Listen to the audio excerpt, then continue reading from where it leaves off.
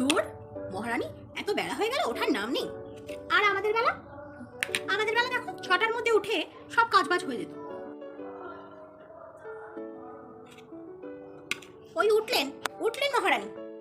তা বৌমা, কাল যে বাপের বাড়ি গেলে, তা কি নিয়ে এলে শুনি? তোমার বিয়েতে যা দিয়েছিল তা তো পড়তেই পারলাম না। তা মা, আপনার বাপের বাড়ি থেকে কি দিয়েছে আমাকে পড়ার জন্য? মা, আমার সব কাজ হয়ে গেছে, এবার বলুন কি রান্না করতে হবে। তুমি রান্না করলে খাওয়া যাবে তো? মা, আচ্ছা ঠিক আছে, তুমি এক কাজ করো, চিচিঙ্গে আলু ভাজা, মুসুরির ডাল, পটল আলুর তরকারি আর আমরা টক করে ফেলো। আচ্ছা ঠিক আছে। মা, আমার রান্না হয়ে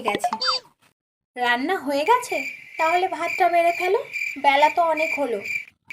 আমি এক্ষুনি আসছি।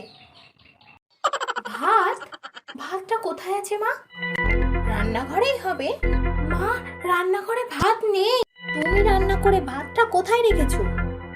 আপনি তো আমাকে ভাত করতে বলেননি, আপনি রান্না করতে বলেছেন চিচিঙ্গে আলু ভাজা, মুসুরির ডাল আর চিংড়ি পটল আলুর তরকারি আর আমরা টক করতে বলেছেন। ভাত করনি মানে? তাহলে তরকারিগুলো কি দিয়ে খাবো? সেটা তো ভেবে দেখিনি। মুড়ি দিয়ে খাবেন? দেখ, চলো ভাত বসাবে, চলো।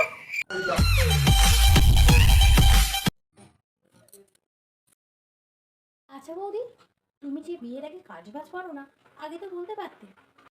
তা আমি কি করে জানবো বলো? তোমরা বউ খুঁজছো না, কাজের মেয়ে খুঁজছো। তুমি কাজের মেয়ে কেন হতে যাবে? এটা তো তোমারও বাড়ি, আর কেউ নিজের বাড়িতে কাজ করলে কেউ কাজের লোক হয়ে যায় না। তাই বুঝি? হ্যাঁ, তাহলে তো এটা তোমারও বাড়ি। সারাদিন মোবাইল না দেখে আমার হাতে হাতে কাজগুলো তো করে দিতে পারো, তাহলে তাড়াতাড়ি হয়ে যায় কাজগুলো। আমার ফোনের চার্জারটা দেখেছেন? হ্যাঁ, জানি 4-8 হয়।